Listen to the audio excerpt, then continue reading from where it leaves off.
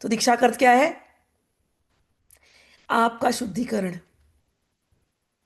आपका संस्कार, आपको संस्कार देना। ठीक, संस्कार देना वही दीक्षा का अर्थ है। और आपका शुद्धिकरण करना वही दीक्षा का अर्थ है। होता कैसे है? कहते हैं शिव शास्त्र में परमात्मा शिव ने शांभवी, शाक्ति और मंत्री मंत्री तीन प्रकार की दीक्षा का उपदेश किया है। हमारे श्री विद्या क्रम में सब होता है, लेकिन हमारे जो श्री विद्या के क्रम है उसमें मांत्री दीक्षा ज्यादा इंपॉर्टेंट है। हमने नाम दिया है वैसा, लेकिन वो इसलिए दिया है क्योंकि भरोसा नहीं होता लोगों को इसके लिए। अब सुनो क्या कह रहे हैं। कहते हैं कि इंपॉर्टेंट चीज, हाँ, कैसे दीक्षा मिलती है। कहते हैं गुरुर गुरोर आलोक मात्रेण, कि केवल गुरु देख ले, गुरु के दृष्टिपात्र से। गुरोर आलोक मात्रेण स्पर्शात संभाषणादपि, गुरु के स्पर्श मात्र से, गुरु के संभाषण मात्र से सद्य संज्ञा भवेत जंतो, सद्य ही संस्कार हो जाता है। पाशो क्षय कारिणी, सद्य ही उसका पशुपाश, जिस पशु हमारे तंत्र में पशु भाव, वीर भाव और दिव्य भाव होते हैं, तीन प्रकार के भाव होते हैं। हम पशु भाव में जाते हैं गुरु के पास। कहते हैं गुरु के देखने मात्र से, गुरु के स्पर्श मात्र से, गुरु से बातचीत करने के मात्र से, संभाषण करने मात्र से जीव को जो तत्काल पाशों का नाश करने वाली संज्ञा, अर्थात सम्यक बुद्धि, सम्यक समझदारी जो प्राप्त होती है, वह शांभवी दीक्षा कहलाती है। इजी। किससे शांभवी दीक्षा? किससे? गुरु ने देख लिया, गुरु ने स्पर्श कर दिया, गुरु ने बातचीत में तुमको सिखा दिया, कुछ ज्ञान दे दिया जिससे तुम्हारी मुक्ति हो गई। केवल उतने मात्र से शांभवी दीक्षा है, विश्वास करो तो। उस दीक्षा के भी दो भेद हैं,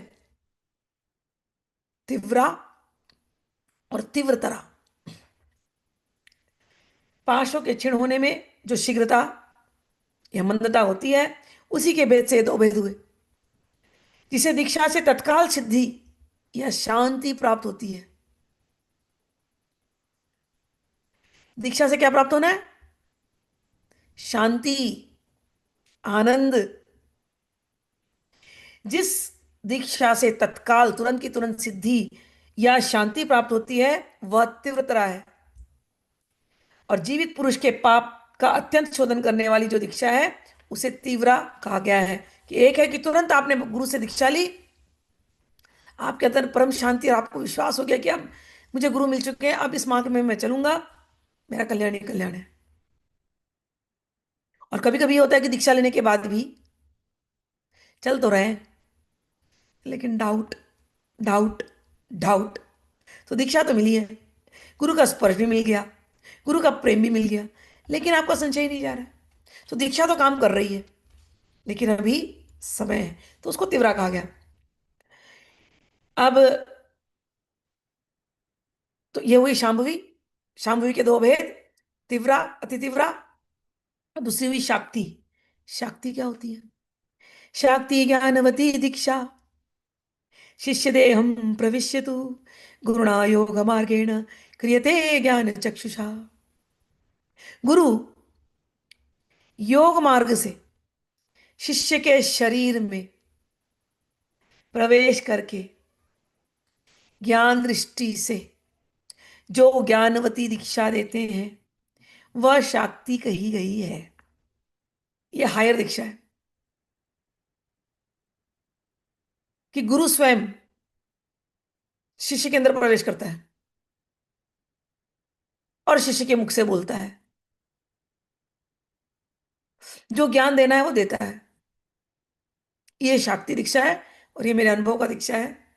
क्योंकि मैं अपने आप को देखूं तो मैं इतना तो नहीं आता मुझे, लेकिन कभी कभी जब मैं गुरु आज्ञा से, जब मैं व्यासपीठ पे बैठी हूँ और कुछ वाणी से निकलती है बातें, मैं हमेशा कोशिश करती हूँ कि जब मैं व्यासपीठ पे हूँ तो सत्य ही निकले, ग्रंथों से मिलती जुलती बातें निकले, लेकिन कभी कभी ऐसी बात निकलती है जिसका मुझे भी भान नहीं होता कि निकल गई।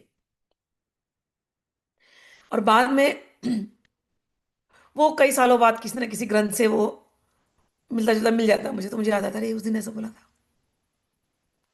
तो गुरु जन कई बार, जैसे आप लोग कुछ लोग शिविर में आए, लोगों ने अनुभव किया है मेरा, मुझे, और कई बार लोगों ने बोला, अरे आपके मुझसे बड़े गुरु जी बोल रहे थे, ऐसा लग रहा था, या भगवती बोल रही थी ऐसा लग रहा था, या भगवान कृष्ण बोल रहे थे ऐसा लग रहा था। तो ये वो शाक्ति दीक्षा है कि जहां स्वयं गुरु शिष्य के अंदर प्रवेश करके वो काम कर जाते हैं। ये है शाक्ति दीक्षा। आगे कहते हैं कि क्रियावती दीक्षा, वो कौन सी दीक्षा होती है? कहते हैं मांत्रिक क्रियावती दीक्षा, कुंड मंडल पूर्विका, मंद मंद तरोदशात कर्तव्या गुरुणा व्यही। क्रियावती दीक्षा को मांत्रिक दीक्षा कहते हैं। जो दीक्षा समारोह आप लोगों का होता है, यज्ञ होता है, पूजा पाठ होता है, जब आप शिविरों में आते हैं, तो वो दीक्षा जो होती है आपकी, वो मांत्रिक दीक्षा होती है।